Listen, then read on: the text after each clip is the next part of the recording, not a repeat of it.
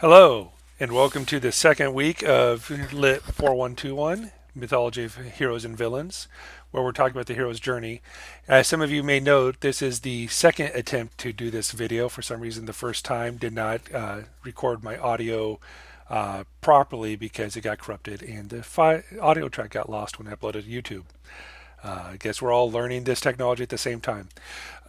So this week I'm going to talk about a few things. First, the readings as well as the logic behind the readings, some of the discussion of what's going on with the two separate concepts, which is the idea of otherness and how that applies to heroes and villains both, as well as the discussion of the hero's journey and what it is useful for and how it can be overused, and then discuss a little bit about the assignment. So to go right along, it has been noted that some of these, the balance between these readings is a very academic focus with a strong look at the critical analysis and philosophy and ethical views of these concepts and especially of the modern myths. And that's to provide us all a good foundation for our critical examination of these topics. And Mike Alsford, while he is, in my opinion, a little bit over the top with and pompous sometimes, is extremely insightful when it comes to tying together various kinds of myths with these concepts.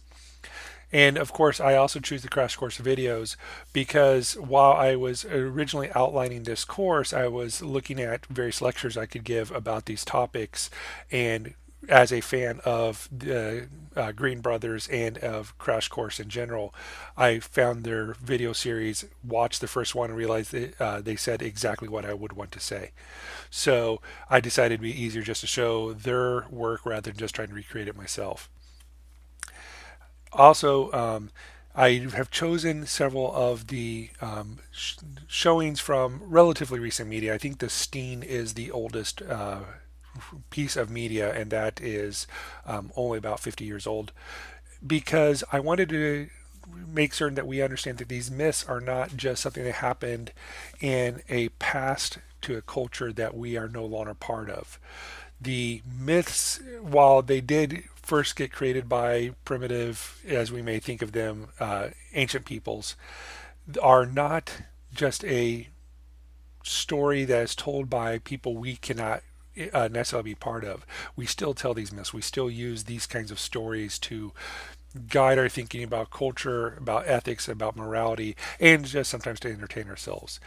And that is important to understand because just as we can enjoy these as stories, it's important to know that there's not a lot of evidence that most of the people who told these stories originally took them as a literal truth. Some of them may have believed strongly in these stories and some of them may not have.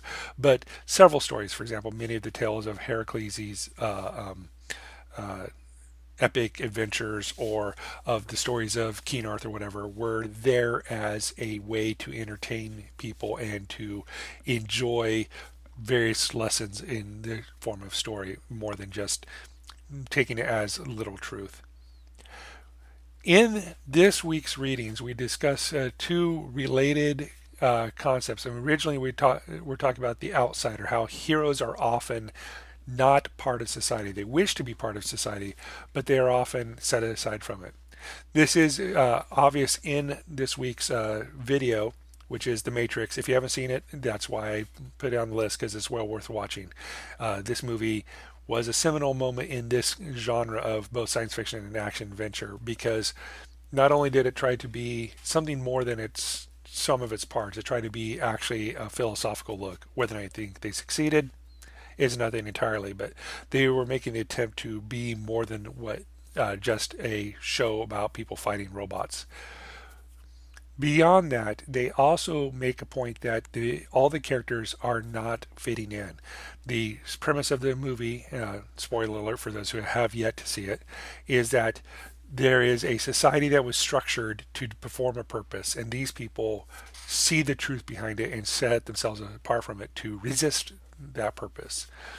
Neo, the main character here, is set aside even more, not just by the visuals here, but he doesn't fit into the world of the Matrix.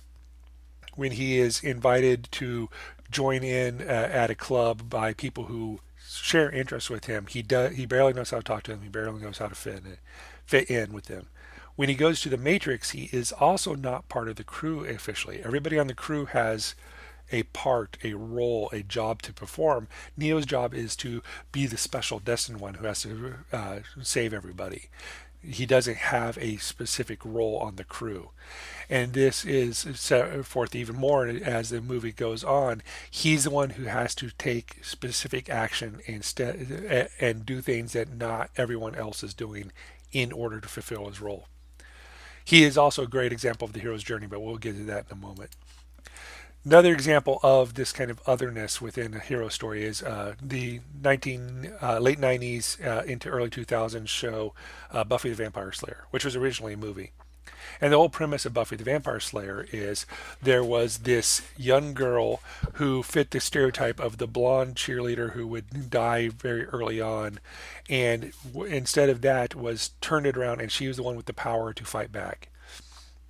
Not only is that a nice twist of a cliche, but she was specifically somebody who, before she gained her destiny, before she became the hero, was a popular cheerleader, got along with everybody, had a good looking boyfriend, all the things we expect from this stereotypical cool person who fits in. Once she gains her powers, once she discovers her destiny, and as the show continues, she has more and more trouble fitting in regular society because her very knowledge of her role, of what she's supposed to do, and what the world around her is like, makes her be something different. Even among her group of friends, she's the one with the special destiny. So when they all step up to do something heroic, she is even separated from them. She's the one who has to go farther and do more and be something different than even the other people who fight monsters.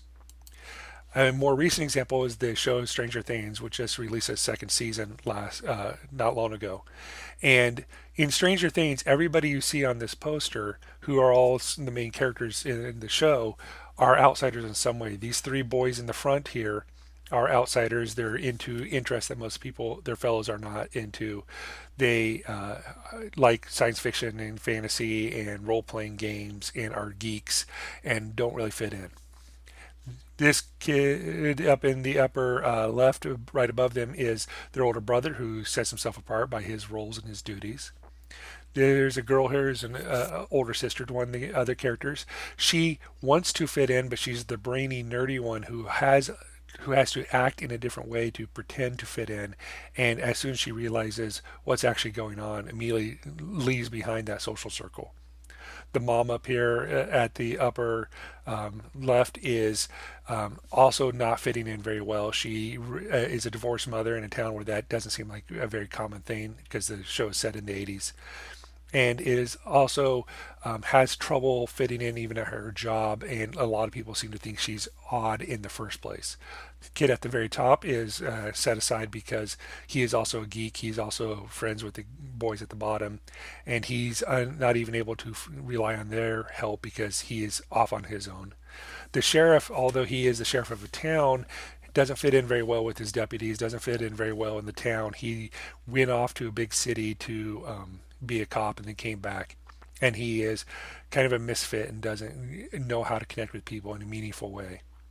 And of course, the girl in the middle, who is 11, is never even had a society to be part of. She has special powers. She was raised in a special way. And while she doesn't truly have a destiny, she is linked to what's going on in very disturbing ways. And she makes her both powerful and potentially heroic, but also potentially dangerous. That is an important concept to cover here when we're talking about these readings is heroes and villains are both slightly off kilter with the rest of society. Villains sometimes fit in better than heroes or appear to fit in better, but they consider themselves special and different. And that special and difference gives them both power and can make them dangerous. When we're talking about the hero's journey, this comes from Joseph Campbell's description of the monomyth, what he saw in various cultural anthropology and stories from various societies that he wrote about in his book, The Hero of a Thousand Faces.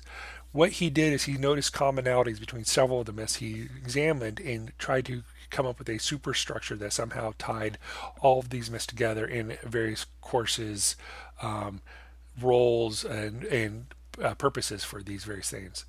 Now, this is a useful structure. It helps us to break down heroic myths and explain, for example, when a situation is entering the abyss to gain special knowledge, or refusing the call, or trying to return to society, and how that doesn't work or does work. The danger in this structure is it gets referred to a great deal, and it does not fit every situation. It is a useful tool, but just like not every problem can be solved with a hammer, not every problem or not every story can be examined with the hero's journey. So if you choose to use the hero's journey when you're looking at a myth, be aware that this is an overall structure, not a definite set of rules that how stories and myths are put together. This is a visual example of how these myths can fit in many times and can be very useful. But I want to point out a couple of things about relying too heavily on the hero's journey.